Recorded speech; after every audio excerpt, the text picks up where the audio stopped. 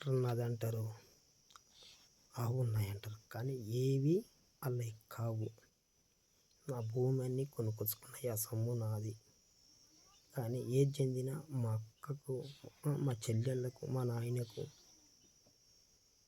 నా పిల్లలకి చెందాలి. కానీ మా అత్తగారికి ఎలాంటి సొమ్ము చెందేది అవసరం లేదు.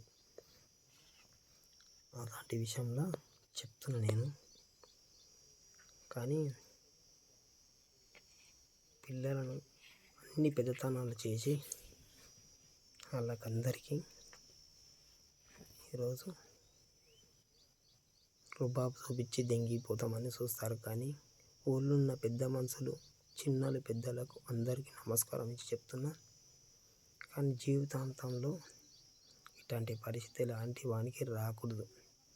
ఇలాంటి దోస్తాను చేసి ఇలాంటి పనులు చేసి నమ్మితే తలకాయ కోసిండ్రు. అదంటు వల్ల వాళ్ళ గురించి నేను చస్తున్నా, కానీ వేరే వాళ్ళ గురించి నేను చస్తలేను. మా అత్తగారు, మా బామ్మారి చేసిన మోసం వల్ల నేను చస్తున్నా, కానీ ఎవరి వల్ల చస్తలేను. ఇంతవల్ల ఈ వీడియో అందరికీ పెడుతున్నా, ప్రతి ఒక్కరికి చెరుకుపల్లి పబ్లిక్ వాయిస్లో పెడుతున్నా నేను తీసిన వీడియోలన్నీ. కానీ ప్రతి ఒక్కరికి తెలియాలి, నా చావుతోటైనా అందరికీ తెలియాలి. కానీ తెలియకపోతే ఎవరిని ఏం చేస్తాం? చిన్న చిన్న పిల్లలన్నా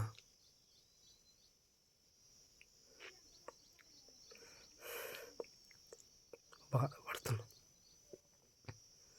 నా పిల్లల కష్టాలు పెట్టిపోతున్నా, కానీ కన్నీళ్ళు పెట్టిపోతున్నా, కానీ నాకు వచ్చిన కన్నీళ్ళకు, నాకు వచ్చిన బాధలకు తట్టుకోలేక చనిపోతున్నా.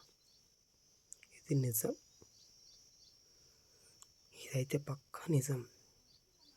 ఈ చావుక కారణమైన వాళ్ళని ఎవరిని మీరైతే ఊరు తరం నుంచి ఎవ్వరు వదలకండి.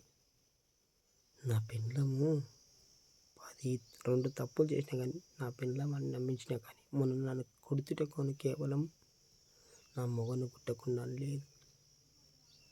అంటే ఇంతకుముందు ఒక రోజు చెప్పిన, చనిపోయినా ఏం చేస్తామంటే అంతనం అంట ఇంతనం అన్నది. కానీ మొన్నటి రోజు నైట్ కొట్లాట జరిగిన రోజు నైటు ఆతోటి పండుకొని ఉంటే నన్ను ఏం చేస్తామంటే చంపుతంటే ఆడు నేను కలిసి చంపుతామట అన్నారు. అట్లందుకోసమై కొట్లాటై కొట్టినా. కానీ అంతాన పైసలు ఎందుకోసం నన్ను పండుకొని అడుగుతున్నావా అంటున్నాను. అన్నది పండబెట్టడానికి అడుగుతున్నా అంటే నేను 70,000 అప్పించిన వాడిని నేను ఎందుకు అడుగుతాను? నేను నాకు అవసరమే ఉండదు. ఇలాంటి చెడ్డ పని చేయకుంటే ఇప్పటికైనా మంచిగా బతుకుతామంటే అన్నా. కానీ నేను ఇలాంటి పనులు చేస్తాను అని నా పెళ్ళం అన్నది. ఇలాంటి బతుకు నాకు వద్దని చనిపోతున్నా. ఉన్న వాసానికి నిజం ఇది.